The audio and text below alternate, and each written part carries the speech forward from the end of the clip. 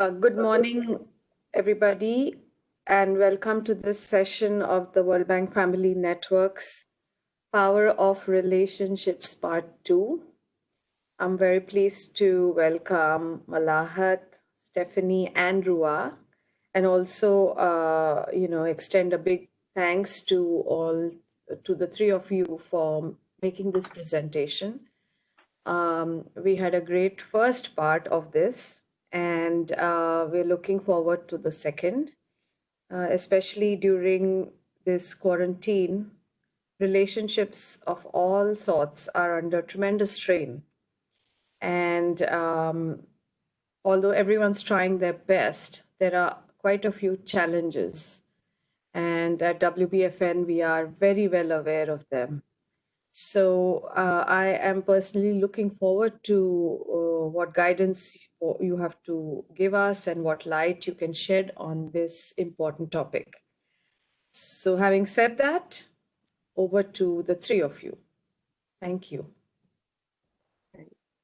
And I'll just say Stephanie will be presenting today and I'll be assisting her with questions. I think what we'd like to do today is maybe have you write in the chat function and you can send those questions to me, and then we'll take a break from the potentially the recording and then have your questions answered. So if you wouldn't mind sending your questions to me, and I won't be reading names, just the content. And I'd like to just turn it over to Stephanie. Stephanie's been with us for a year now. And so she's a newer clinician with our program, and we look forward to the presentation she has today.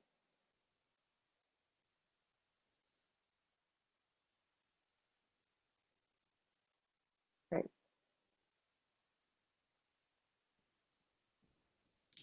I think maybe Stephanie's connection. Yeah, looks like she's having connection issues.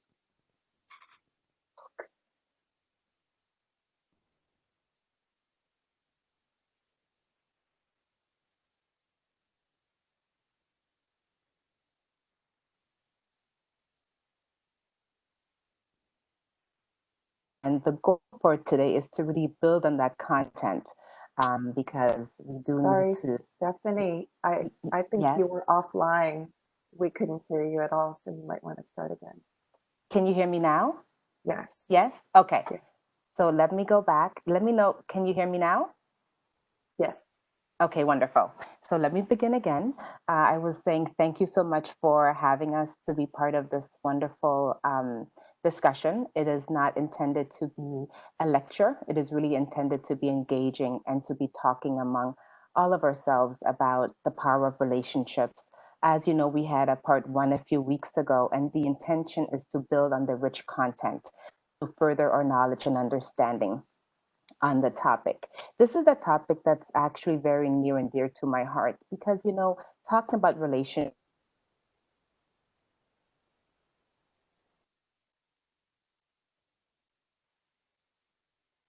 and this is a large part of our existence. And so when there's conflict in a relationship or when there are issues, it does take a toll on us. And so the power of relationships part 2 is really intended to speak to some of that. The slide 2 now. The learning outcome of this session is essentially to explore conflict in relationships. And we're going to look at relationships in terms of how we can address conflict using verbal and nonverbal communication techniques and strategies to diffuse difficult situations. And I think it would be helpful if we move to slide 3, where we talk about conflict and what it actually is. Because as we've experienced in our own lives, with our families, with our partners, conflict is really an part of a relationship. If anyone's been in a relationship for more than a few days, you already know that conflict between partners, for example, is inevitable. It's unavoidable. So this goes to say that conflict in itself is not a good or a bad thing. It's rather how you manage the conflict. In other words, how you manage conflict can effectively change the health of your relationship. For example, When conflict is handled properly, it can actually improve the relationship because never argue or talk about what's really on your mind, then the problems that you're experiencing are probably not going to change. So conflict can be seen as an opportunity to improve your relationship by bringing you closer together, by letting your partner know how you feel about something, for example, or something that makes you unhappy or something that he or she doesn't do. So it's in the confrontation or in the discussing issue with your partner that you really have a chance to make your needs understood. The hope is that the partner who you're sharing your concerns with will then make the appropriate adjustment so that in that relationship, your needs can be fulfilled. Or sometimes you'll even find that couples can come together and solve the conflict together, which can also create a greater bond between them. And so when you see it in that light, you can see how conflict can actually serve a purpose. And a lot of people fall into this category. I mean, a lot of people go through daily conflict. If you think about conflict in itself, you could have a conflict about what's for dinner today, right? So we might have daily conflict that we solve as a couple, as a family, very easily. And then there are other types of conflict that are a little bit more difficult, like making decisions about whether to move to another country, whether to send their children to school or not during COVID, which is a big area of discussion right now in terms of safety and the back and forth. Those kinds of things can also bring about conflict. And yet, for the most part, we as people, as couples, as families, are able to resolve them, even though there might be some difficult moments. But for the most part, these are issues that we have shown that we're able to resolve. Um, and this is despite having different personality types, different values, different upbringing, or even communication styles. We can still resolve conflict. On the contrary, if conflict is not handled well, it can be difficult and even harmful to our relationships. And this is why we wanted to break down the topic of conflict. If you think about what's happened with COVID-19 and look at all the stress that that's caused in relationships, on families, pardon me, you'll notice that there's been increased conflict in the home. There's been increased pressure, increased stress. And this has actually been a difficult situation for a lot of families, where now you have abilities stretched beyond what they could have fathomed and not always being able to be their best self. So there's been anxiety, there's been less privacy in homes, for example, for people to have their own space because people are having to live together and stay together much more in closer proximity because of the health regulations that were presented to us where we had to stay indoors. And this has posed for a lot of people a lot of conflict because of the stress associated with that, having to work from home with children in some instances in the home, caring for elderly parents, having higher work expectations or working longer hours, strengths and so forth. And so when those conflicts arose, what we saw, as many of us saw, conflict was on a rise. And this has led to what you may have already noticed, higher rates of disagreements, higher rates of even separation in relationships, even higher rates of divorce, as well as domestic abuse. Because again, in the stress of the conflict, when it wasn't handled in the best way, this is what it can lead to. So our hope today is really to better understand how conflict manifests itself and how we can counteract against it by using some nonverbal and verbal communication techniques that can hopefully diffuse the situation. But before we get into that, we wanted to first pose a question to our listeners today. And we wanted to raise a discussion question, something that we can just talk about perhaps for just a few minutes. And you can, again, your answers in the chat and Malahat will read them out to us. So the question here for all of us to consider is, what are some areas of conflict that you personally have witnessed or experienced in your relationship? And this can be with your spouse, at work, with your family, parenting, or personal. We'd like to get a sense of what others have felt lately in terms of conflict, because it's important to kind of gauge where everybody is at to see what conflicts are relevant and real to you in real time at this moment. So I'm going to probably see if we can wait a few seconds or a minute perhaps just to see if folks want to put something in the chat for us. And do let me know if questions are coming in or if we're having a response to that question. So I have one question coming in, and one of our participants is suggesting that splitting the chores around the house is something that families may have some disagreements about: cleaning, cooking, shopping. Absolutely. Those are all great examples of what conflict can look like. It can look as something very household related, where you have to manage between couples who does what. And it may have been that one person was responsible for most of those activities, or there was a shared understanding perhaps at one point. But as the pressures increased, as people are now having to manage so many workloads and children responsibilities and the cooking, how do you divide that up? How do you make it equitable or fair, in a household, which varies from household to household? That is an excellent example of what a conflict can look like. Do we have any other examples? We do, Stephanie. So the next question or the next comment is that with kids back home, there are unexpected arguments related to relationships with grown children. So there is the dynamic between, did I understand the question, younger children and older children, with everyone being in the same home? I believe so, having possibly adult children at home. Yeah. And so this has been a transition because, as you know, typically adult children may have already been going off to college, or they have already maybe established themselves and are doing different things. But again, just related to COVID, even a lot of individuals, a lot of our college children are back home doing virtual learning. And just with the economy having lost jobs and not being able to work because of the economy not functioning for so long, because people were laid off and companies had to close down and people decided to either close shop altogether, or people have been transitioned back to virtual work. A lot more kids are coming home. That's a dynamic change that can create conflict, especially when things have been a certain way for a long time, where those pressures can also add to conflict in the home. These are excellent examples of just what a few of us have been able to share to show the complexity of what conflict can look like in a relationship. It can be between partners, it can be among children and parents.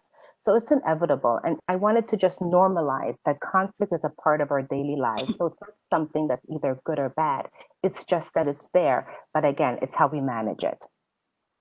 So I have a few more questions coming up, Stephanie. One is that my workload has gone up during COVID months and my husband is not happy with that fact. And then the next question is setting rules amongst adult teenagers, which I almost feel is connected to that initial question about grown kids, because younger ones tend to copy those behaviors.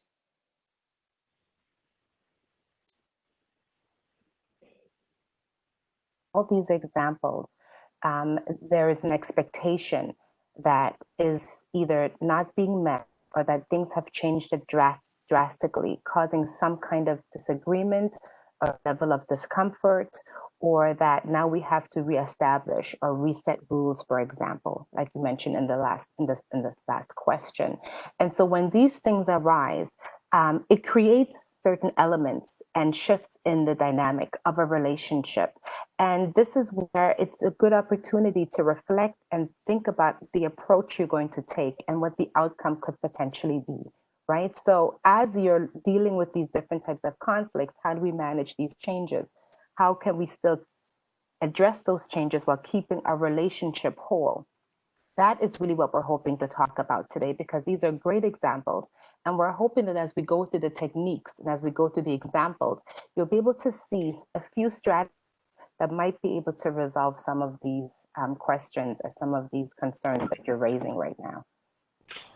If it's okay with everyone, I'd actually like to go to the next slide, which does begin to talk about, which is slide number 5, Malahat, which talks about common conflict factors. And you have mentioned them already. It's as if we read each other's minds, right? Because we're all going through similar things. And so, conflict, as you've already mentioned in the examples, there have been stress related conflicts, parenting related conflicts. There's even issues around mental wellness, which I'll talk briefly about. There have been trauma related conflicts. Sometimes it's about caring for elderly parents. It's about children. You see in that example there, you have children going back and forth. That's kind of what it looks like when you're in a conflict, right? We're kind of trying to get our point across, and it's like a bit of a battle. Um, what I wanted to highlight, in addition to what everyone has already said, which is excellent, is that sometimes there are hidden wounds that exist that the other partner may not even know about. So if you think about a couple, if you're going into a relationship, oftentimes, I wouldn't say oftentimes, sometimes there are individuals that come into a relationship with hidden wounds. And those hidden wounds may have even happened prior to that relationship. Those hidden wounds could have come from the family of origin. It could have been how they were raised and what they experienced, sometimes very difficult childhoods. There could have been elements of child abuse.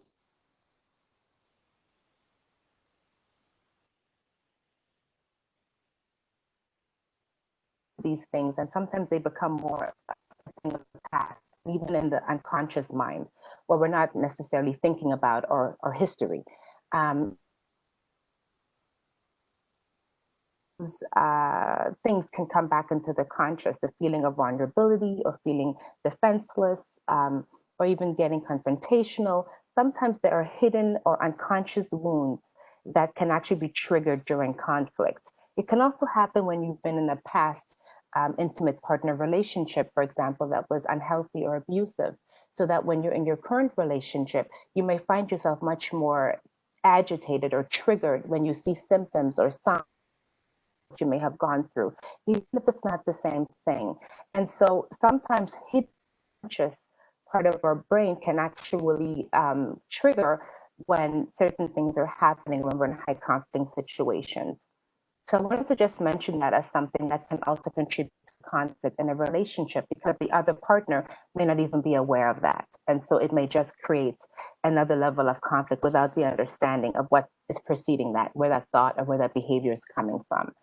In addition, if you have addictions or substance use or, any type of addiction where you're compromising either your health or you are through engaging in behaviors that could be harmful, that can also create conflict in the family, especially in a home where maybe there are children and the children are witnessing this kind of behavior.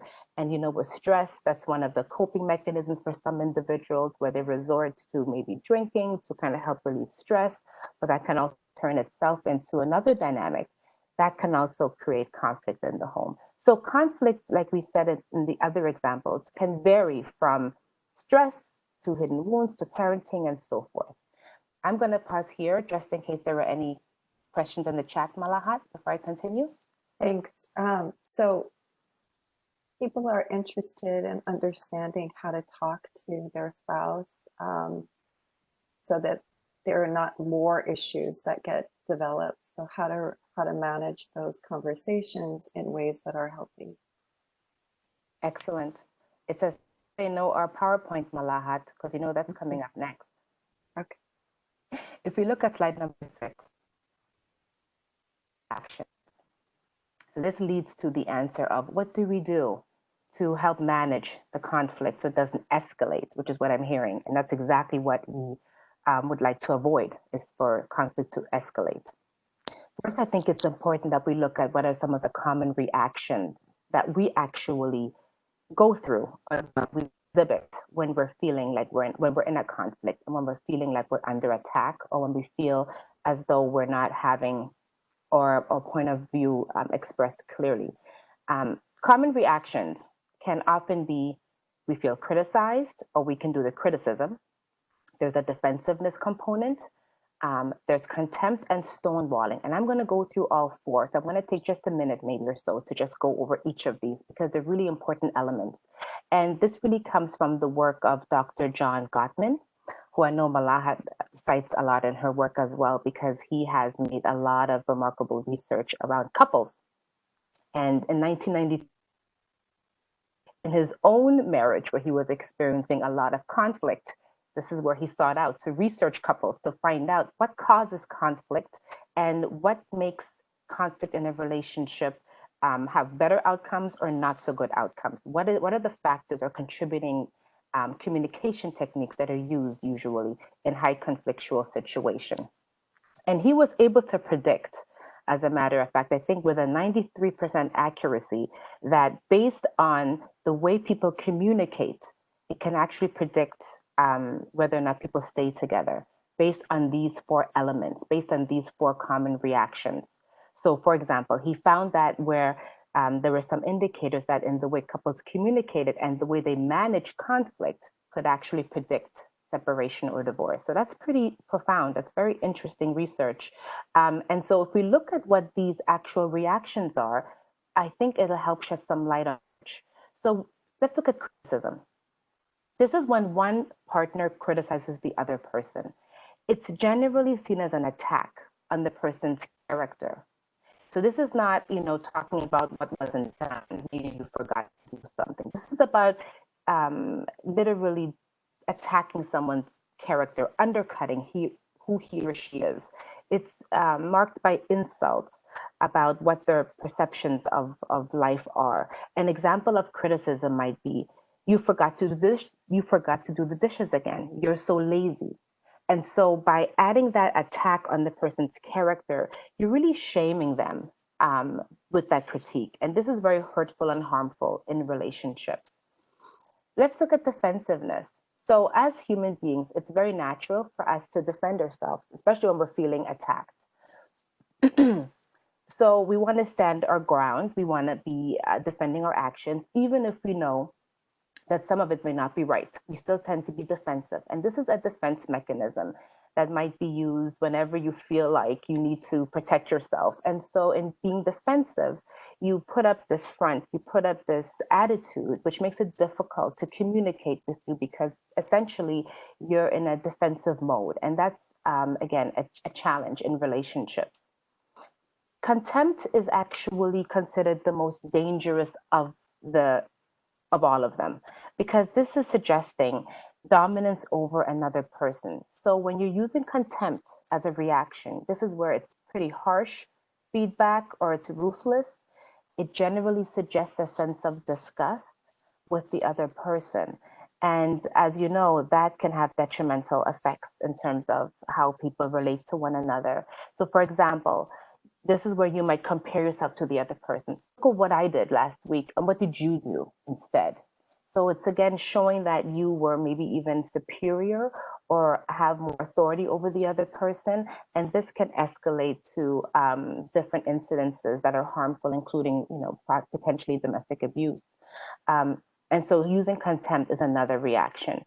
And lastly, stonewalling. So stonewalling is a method that men differentiate between what men and women use, but it's important to note that sometimes men and women do use different strategies or different reactions.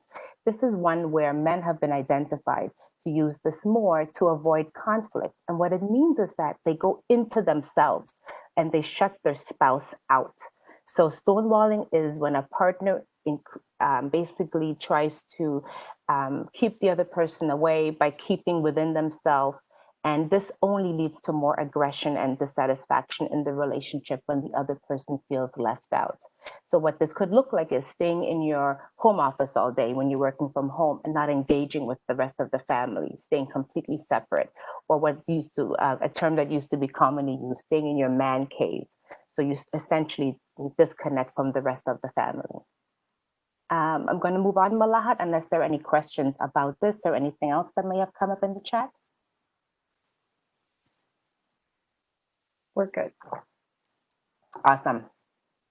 Okay.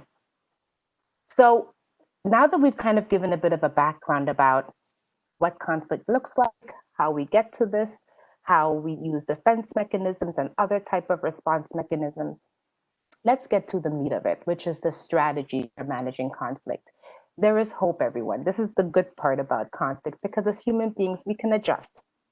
And the strategies to managing conflict. What we have for you today is a few examples or a few um, opportunities to try different types of solutions that can help manage conflict. And we wanted to keep it broad because you might find one area might work better for you than another. And so we offer a few recommendations or suggestions. And in front of you, you have effective communication strategies, and the list goes down. And our hope today is to spend a little bit of time here to break this area down a bit for you. And Malahat, I would love for your input on this, because again, this is an area where I think we do a lot of our work with couples or with individuals, just to kind of help manage conflict in relationships. And so if we look at the first one, for example, effective communication, these strategies can be used to help different types of relationships, such as children, friends, couples. And we want to start with this one because there's a lot of good stuff in here.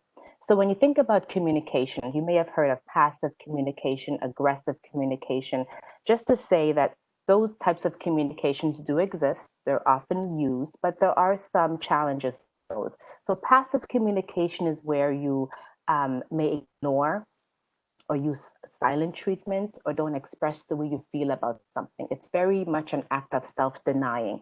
Although this might avoid conflict, you're also not having your needs met. And this can also, so that is just a note on being passive. So we would not usually want to go in that direction. The same for aggressive, which is the opposite. This is where your communication tends to be harsh. It tends to be more crude, more confrontational, often feeling intimidating. And so that also does not lead to usually a very healthy exchange in terms of using that type of communication. So we're going to be striving here for what we call assertive communication. And within assertive communication, this is where you would use I statements. This is where you would talk more about what you are experiencing and what you would like to happen, as opposed to blaming. So this is more talking about, I would like to see us do this different, to perhaps try something like this, where you are speaking from the I, and you're saying, I would like to, or I feel this way when you maybe don't talk to me. This is coming from yourself. It's not a blaming, it's a statement of how you feel. And you can never really be blamed for how you feel, right? Hopefully not. But when you start off with the you, for example, you do this and you say this and you make me feel, that automatically puts blame on the other person. And then the person goes back to the defense mechanism we just talked about. That's where people get defensive. So we try to avoid using any type of blame or you, and rather focusing on the I.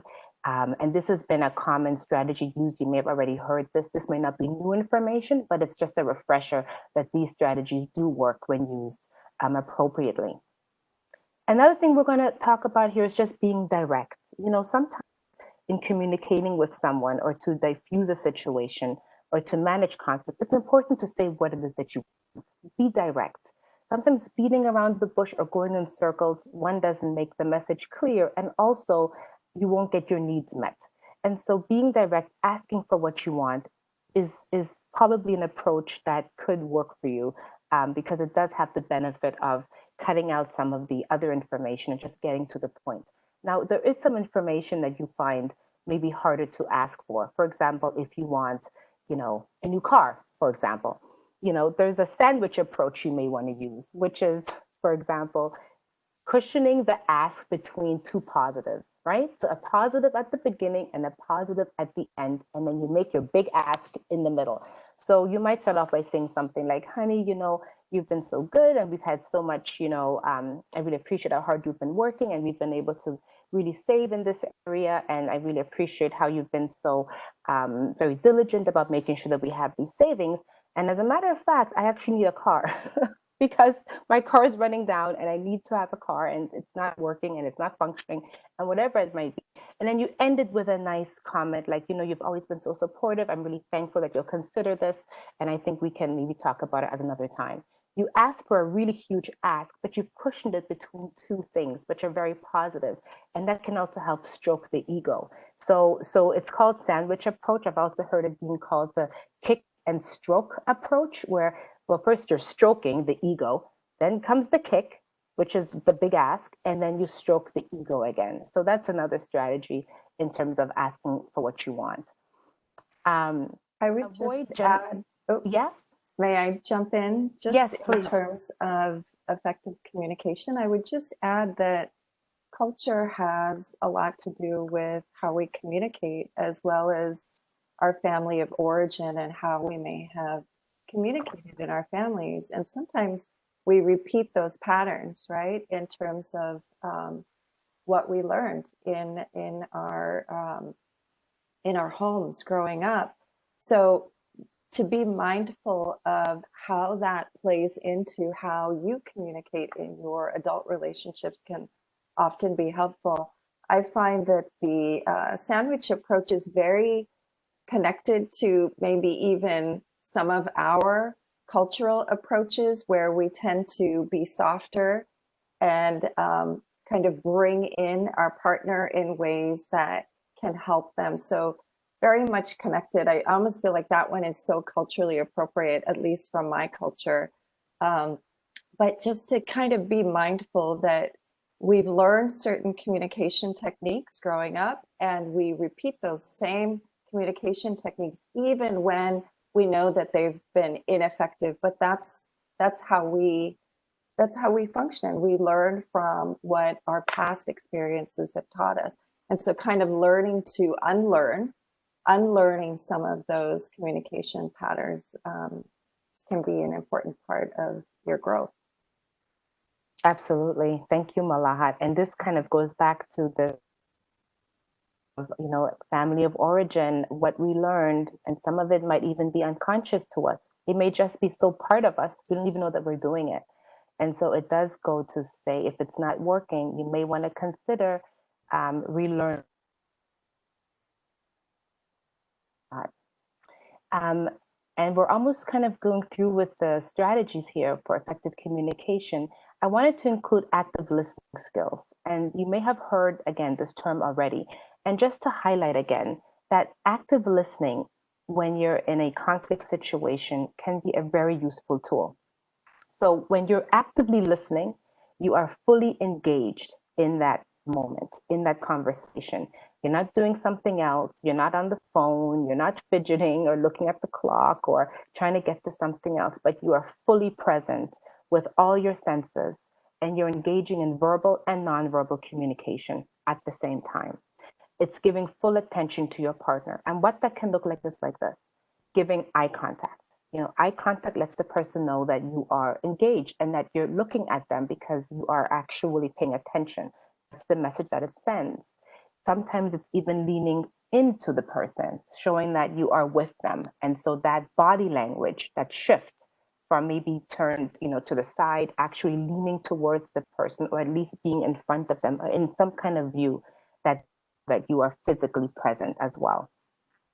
Nodding your head, smiling, all those are indications that you are with that person. And the encouragement to continue, because it gives the signal of the person is with me and listening. It can even be an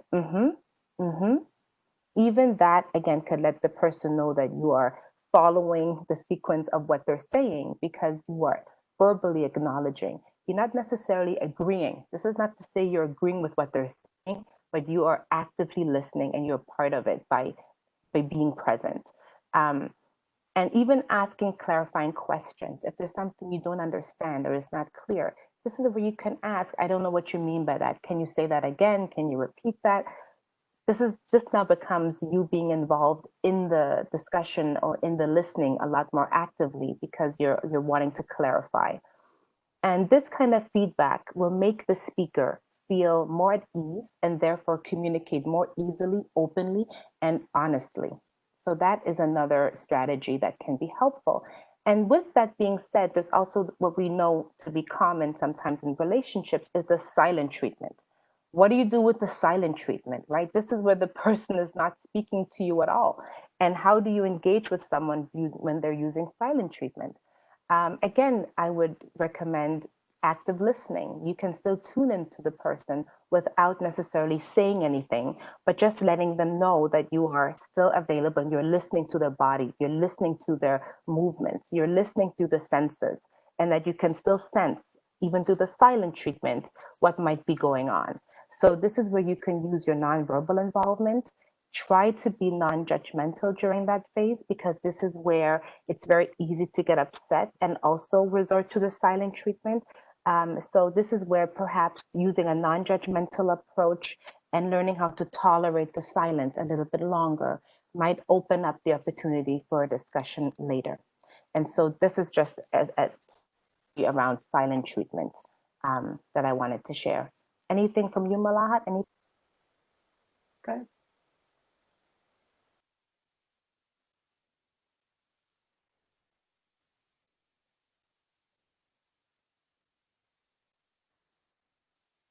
A relationship and you find yourself arguing a lot, try to put yourself into the shoes of the other person as to what might be going on for them, or why is it that they're being so defensive, or why is it that they're why could they be feeling that way? Sometimes what it takes is not feeling sorry for the person, which is sympathy, but actually trying to feel empathy for the person. Let me put myself in that person's shoes.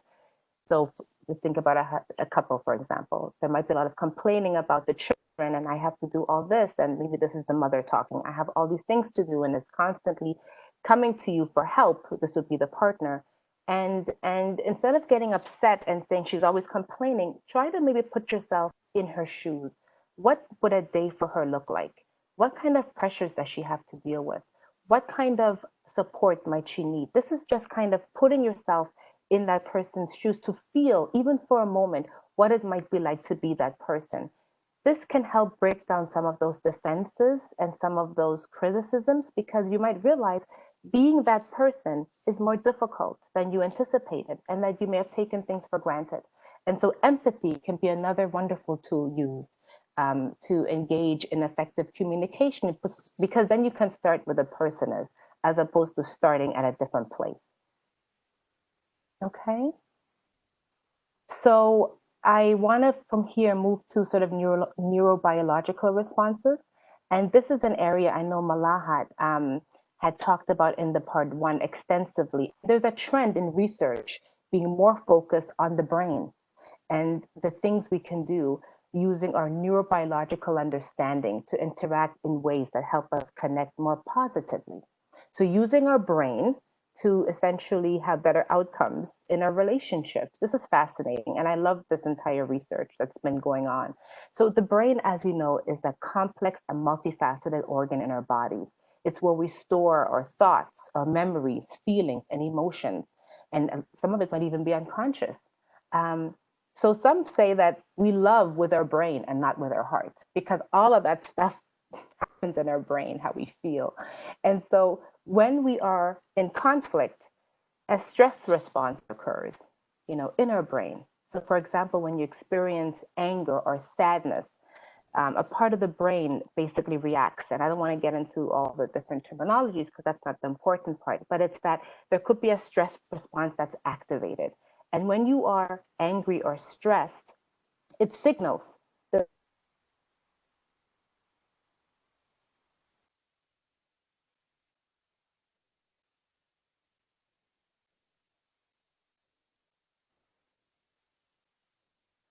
the person, or it makes you want to get away and avoid the person, right? So this is how it plays out all in our brain based on how when we're triggered and the releases of different chemicals and what happens to us. So when we think of it that way, a lot of this is happening in our brain. We have to find a way to calm our brain or to soothe our brain when we're feeling highly stressed or triggered. Malahat, I'm going to ask you to please go to the slide on take a loving timeout, which was the one right after that. Yes. Because it's slide number 8. Thank you so much. So one of the strategies when you're finding yourself in that response mode where it's, you're triggered and you know that you are feeling very uneasy and there's a lot of activity happening in your brain, this might be an opportunity to use the timeout strategy. And this is really to help soothe the stress response, help calm you so that you're able to think logically again. Researcher Dr. Amen suggests that it takes 15 minutes to calm or for your stress response to calm down. 15 minutes. So in those 15 minutes, that's a big window, but it's also an opportunity to do something for yourself. One of those strategies is to take a loving timeout. Now, the timeout has been broken down to identify when you feel tired. These are some indicators. When you're irritable, when you're feeling misunderstood, expectations are not fulfilled. And for the O, you have onset of a surge, upset, or too much stress. And that was taken from Dr. Frederick de Blasio from the University of Maryland, because he was able to break it down into what does a timeout mean exactly.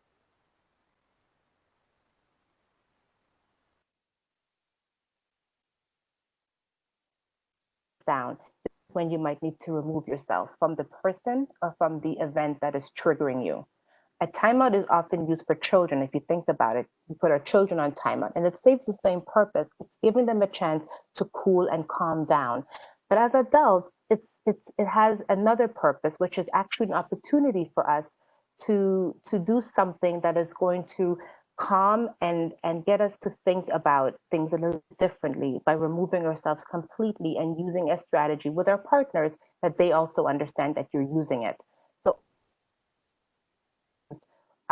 when you need to move from a situation, but it also needs to be explained to your partner, for example, that this is a strategy that you will use when you're feeling stressed or triggered. It's not an idea to just walk away or walk out. Prior to doing a timeout, it's ideal that the person knows that you're going to now use the timeout strategy. So discuss it beforehand. And what it looks like is like this. When you're feeling stressed, and you feel the surge coming on, you're feeling yourself getting irritable, all those things we just mentioned, let your partner know, I'm going for a timeout. Timeouts can be at least 15 minutes because that's how much time it would take for most of us to calm down. Some more, some less. 15 minutes is a good average. In that time, remove yourself. You could do different things. Go for a walk, go into another room, do something that causes you pleasure. It could be listening to music. It could be perhaps making a phone call, talking to someone you care about. It could be doing something just to get yourself away from the situation so it doesn't escalate. The most important thing is that your partner knows you're taking a timeout and that you come back afterwards. It's not an opportunity to avoid or not come back to it. The idea is to take the timeout, get what you need, calm yourself, and then come back to the conversation to have it, to finish it, but this time in a calmer state. This is a difficult thing to do sometimes, especially if you want to avoid it. This is not ideal for avoidance. It's much more recommended that you talk about it, because if you avoid it again, it can come up again at another time and re-trigger you all over again. So timeouts are intended to be intentional. They are loving for yourself. You're taking some self-care. And ideally, you come back and have the discussion with your partner about what it was you were discussing prior. Stephanie, this is so great. And I guess I'm just wondering if folks have any questions related to this technique, this strategy. Having worked with couples for many years, I know that you have to negotiate a timeout. And so it's what Stephanie is referring to is that conversation ahead of time, but also during, to say, I'm feeling. So using some of those techniques back to what we spoke about earlier in regard to identifying the feeling, noticing the sensation, speaking about it, and then saying that you would like to take a timeout. But it is a conversation. It's not necessarily a statement. So I'm just curious about any thoughts, any questions in regard to this technique? Or has anyone even used it and found it effective?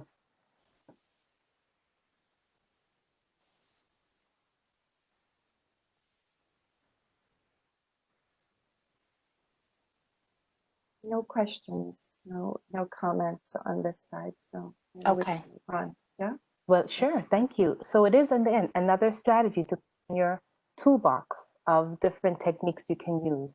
so please, let us know if you need any more information on this.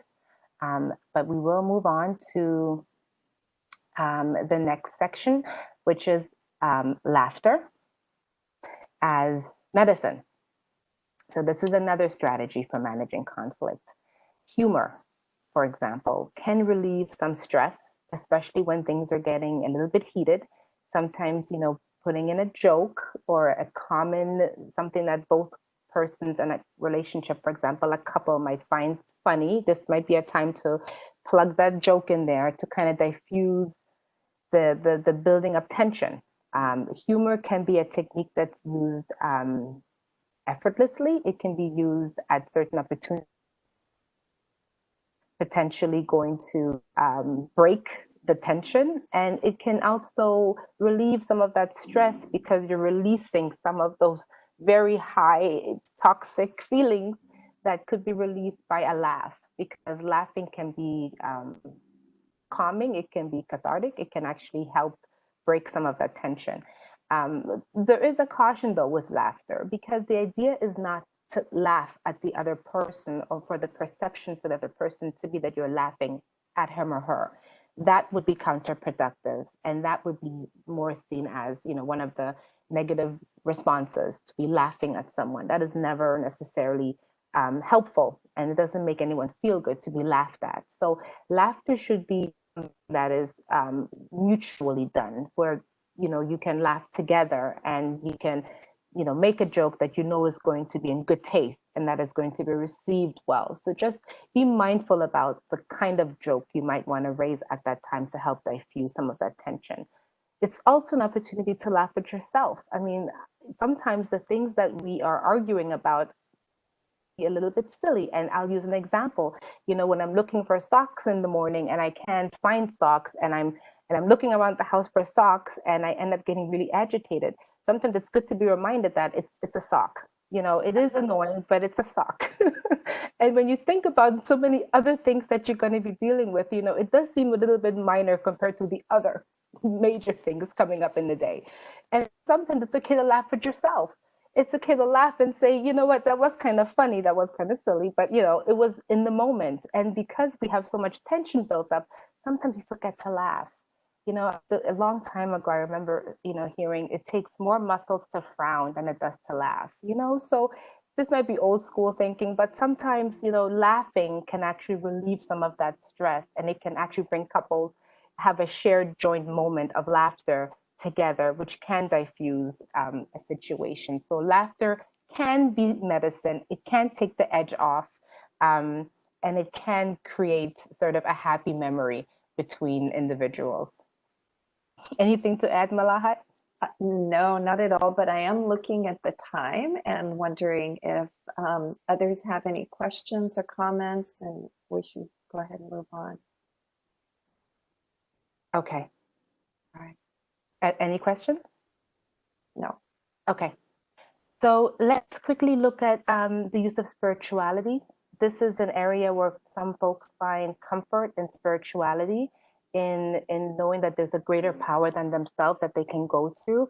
Use all your facets. If you are a person of faith and you would like to, when you're feeling stressed or have conflict, have that, dealt with in terms of being in a solemn kind of presence, or in a prayerful mode, in a meditation mode. I mean, we want to encourage you to use the different things that are meaningful to you, and spirituality can be part of that. And that can also lead to more levels of forgiveness in situations where you might be more open to forgive when you tap into that part of you. So again, we just want to encourage you to look at all different types of forms of managing conflict, and that could certainly be one of them. And then setting loving boundaries for yourself. This is important because as people, we don't know how to set boundaries because we want to, in a relationship, meet other people's expectations. And in doing that, oftentimes, we don't set our own boundaries. And so we become overtaxed, overstressed, overwhelmed. And then that makes for us not to be in our best self mode. And so learning to say no, that those two letters are very powerful. Learning to say no when you really can't or are unable to is okay. sometimes we feel much worse about saying no than the person receiving the no, because we always think we're going to let someone down or disappoint them. But again, going back to being honest with yourself, if you can't do something, practice the art of saying, no, I can't right now. It might be you do it later, but in this moment, I can't. And that's setting a boundary for yourself so that you don't feel like you have to do something which is going to cause you more stress and create more conflict. Okay. So those are the strategies. I'd like to move on, if there are no questions about any of these strategies, to the happiness formula, Malahat, which is on slide 9. Yes, got it.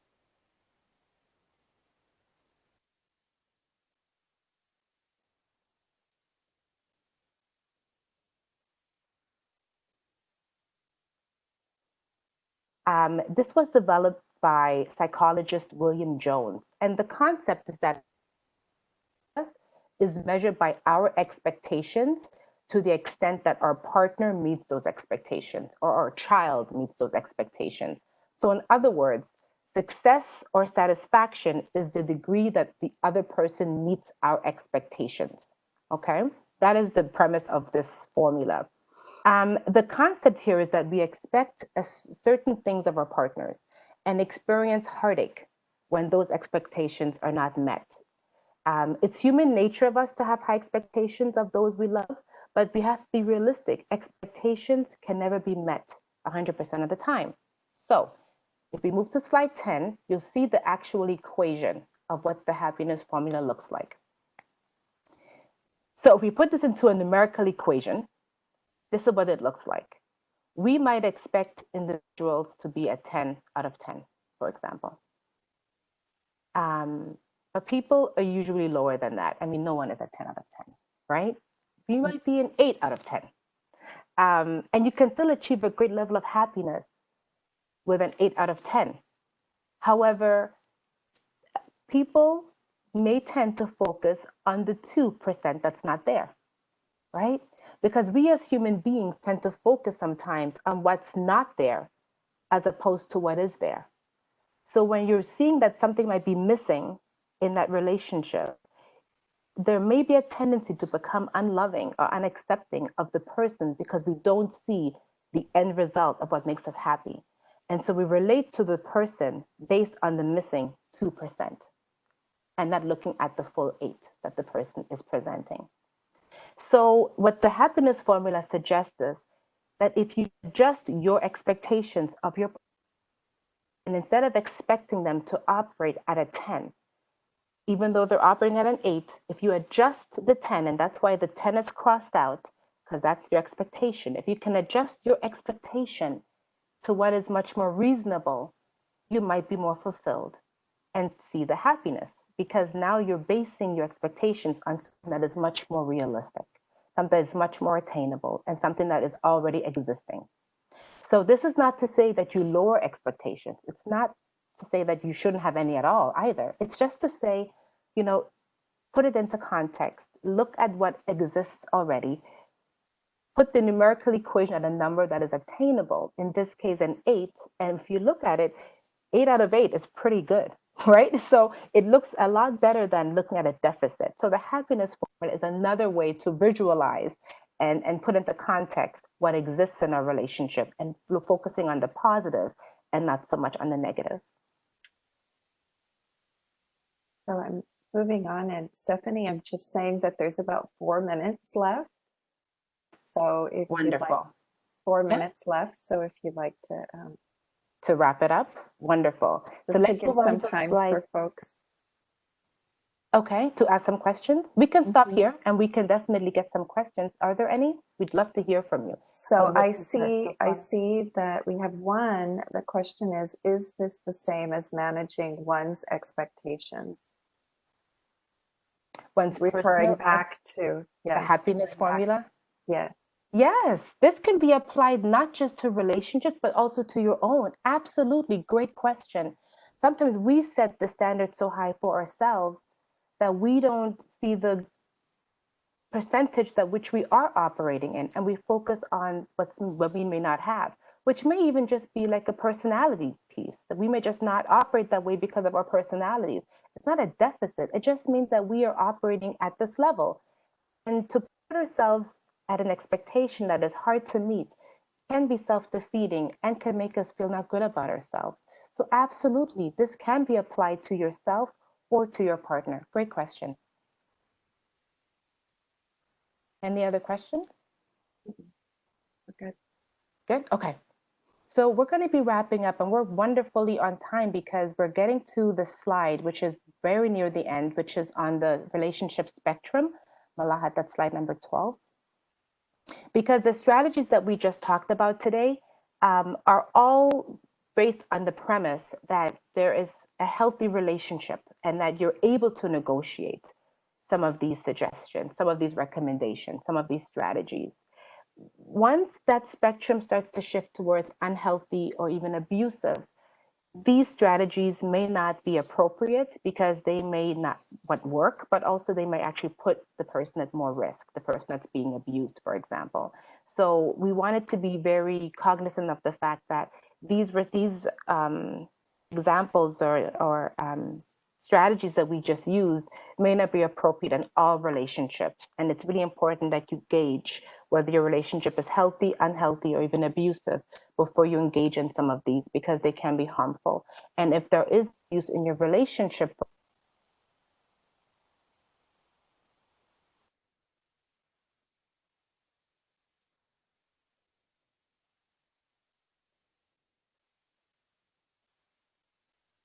be aware that it's happening. Check in with your body about how you're feeling. You know, are you becoming afraid? Do you feel like tense?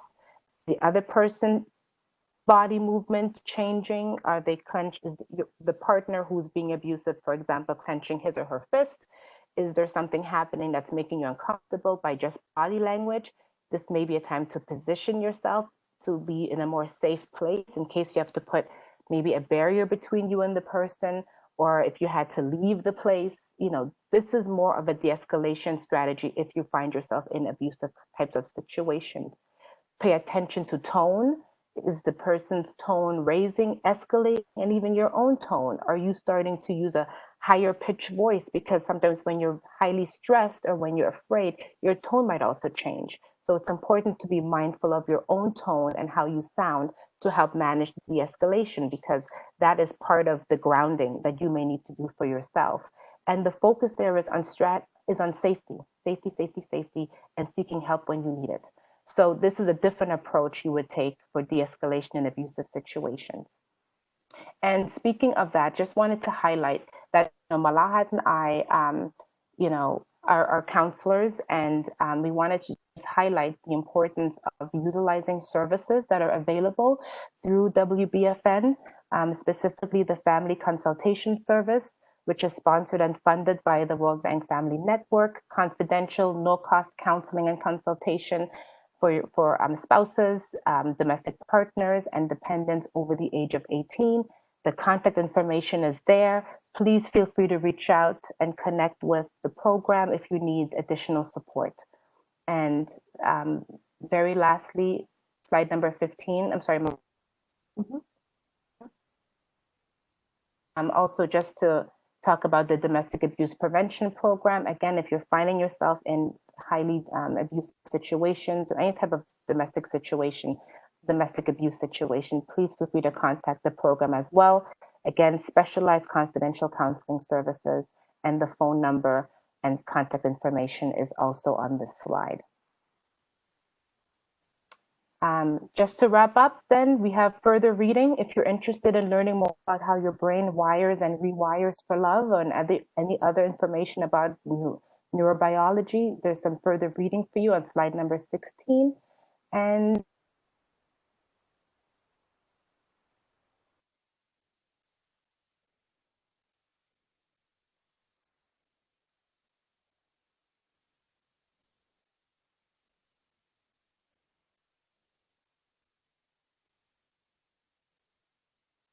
Malahat? That's all. I don't have any further questions from the audience. Okay. Well, thank you so much for having us. I hope we were able to add to your toolbox of communication techniques. It's been a pleasure being with you this morning. Thank you. No, thank you so much. Thank you, Stephanie, Malahat, and Roa for such a brilliant session. I'm glad we have your team to enrich us so often. This session, which was one way or the other, extremely relatable to us all. And you always find a way to explain such delicate issues in such a calm and effective manner. It's lovely listening to what you all have to say and the points that you touched on elements of conflict, which I think was so important for us all to understand the topic. What I'll take home today is to think and reflect on the approach which will help resolve those conflicts. For me, it was effective communication. You know, sometimes it's not the easiest approach depending on one's personality, but I think if we can address it, make an effort to communicate with our partners, to make them aware of our feelings, I think that definitely helps us down the line. So thank you so much for today's session. I'd say stay happy and create your formula for happiness, but be aware of those around you as well, and be mindful. Thank you. Thank you so much. We will have the recording of this session in our website, on the WBFN website very soon. Thank you so very much, all of you. Thank you. Thank you. And I will keep everyone. laughing. I love the laugh strategy. Yes. I thought of you, Kat. I was going So to say, transparent. in a conflict situation, it's very hard to laugh at times, but you know what? One should always find a way to do it. Learn. You learn. Thank you.